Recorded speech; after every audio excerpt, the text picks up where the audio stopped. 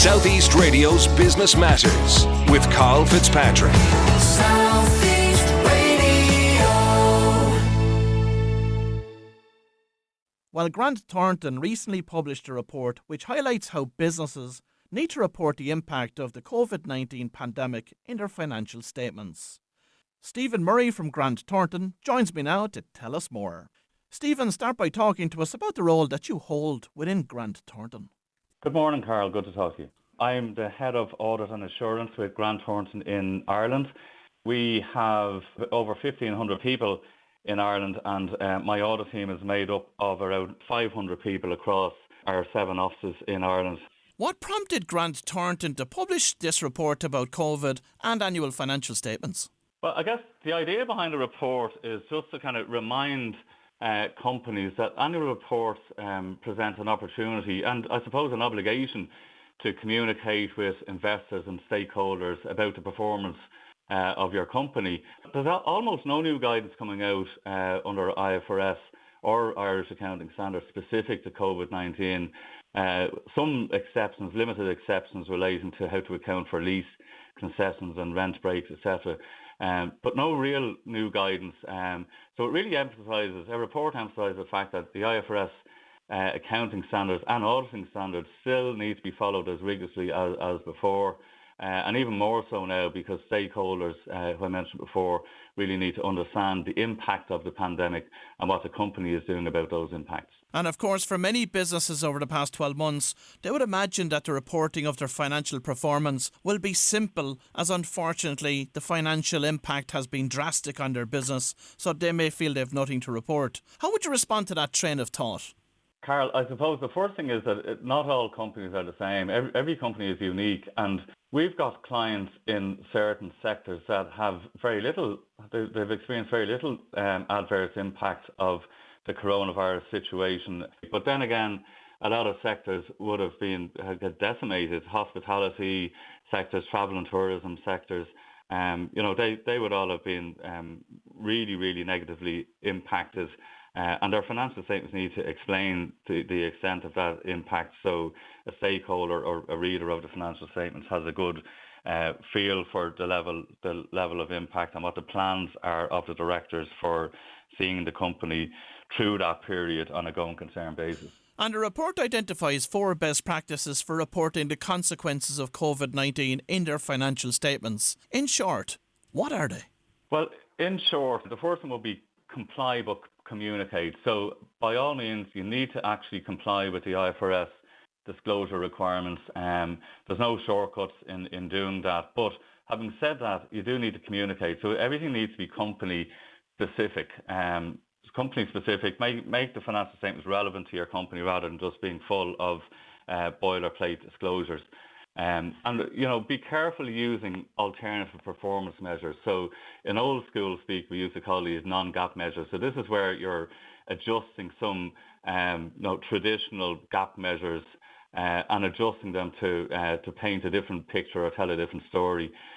Regulators hate non-GAAP adjustments, and any time they review public company financial statements, they seem to always have comments about ensuring that any non-GAAP measures have a real reason, a real rationale about giving better information to a user.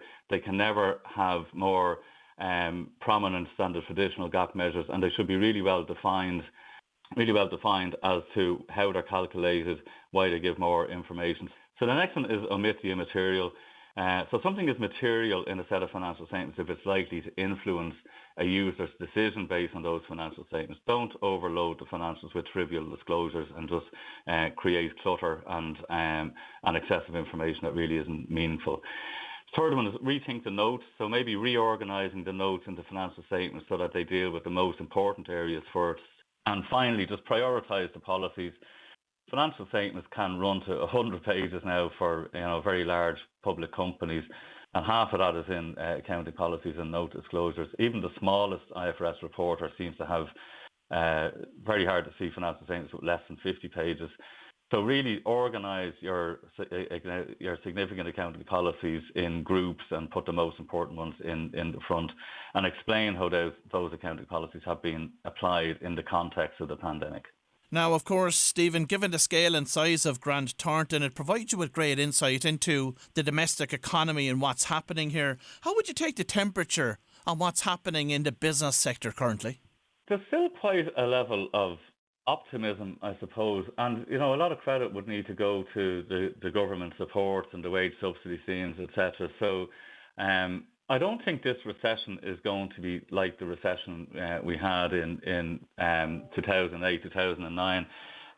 Partly actually because if you remember back in 2008 and 2009, the government had to borrow money on the bond markets at interest rates that were in the double figures. So we had a partner conference yesterday in Grant Thornton, and we had one of the government ministers explaining that we had just sold bonds at 0.01% on a 10-year bond, and so like the cost of borrowing is a tiny fraction of what it would have been back 12, 13 years ago. So I think we will recover, and hopefully we'll be able to kind of spend our way out of it as a government and be able to perform or provide those supports. But it has been a great help to individual companies. As I said, some sectors are really badly damaged and will take a long time to recover, and other sectors haven't been as badly impacted. But in terms of financial statements, like some of the impacts for a normalized company would really be, reduced turnover, significant reduced turnover due to a fall off in demand or due to difficulties with the supply chain, or because if the company wasn't in an essential sector, it just wasn't able to make its product, and if you can't make it, you can't sell it. And maybe as a result of that, there may be impairment concerns on the company's fixed assets or goodwill or intangibles. Additional provisions might be needed on the company's stocks because net realisable value is now lower than the cost of producing that stock, or the expiry dates may be approaching quicker than in a normal situation. Or the company's customers might be themselves in difficulty, so they could have problems paying you, so there could be additional provisions required on trade receivables. There could also be issues paying bank loans, or covenants may have been breached. So all of these, every company is unique and different, and that's really why the disclosure should be tailored and specific to the company. But one thing's for sure, I think the disclosures required in companies' 2020 financial statements are going to be under more scrutiny than before. There's going to be much more disclosure on how the directors concluded that the company is a going concern, so it'll be able to meet its obligations as they fall due for a minimum of 12 months. Stephen, finally, once the government financial supports for businesses come to an end, do you expect your insolvency department within Grant Thornton to become overrun? I genuinely hope not, and don't think so, even though it might be a lucrative line of business. I think, to be fair to the government, the way they've structured the government supports has been to maintain employment, to allow and support companies to trade through that and get back on their feet relatively quickly. So I would hope, and I do genuinely believe, that the amount of actual insolvencies and bankruptcies will be relatively limited. We all hope that, because we need employment to get back to normal levels. We need people spending, buying new cars, going out and having meals in restaurants and going on holidays in Ireland, and just spending money in the economy to make sure that we bounce back quite quickly.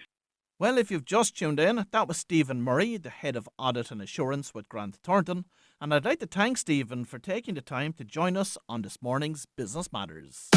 Southeast Radio's Business Matters with Carl Fitzpatrick. South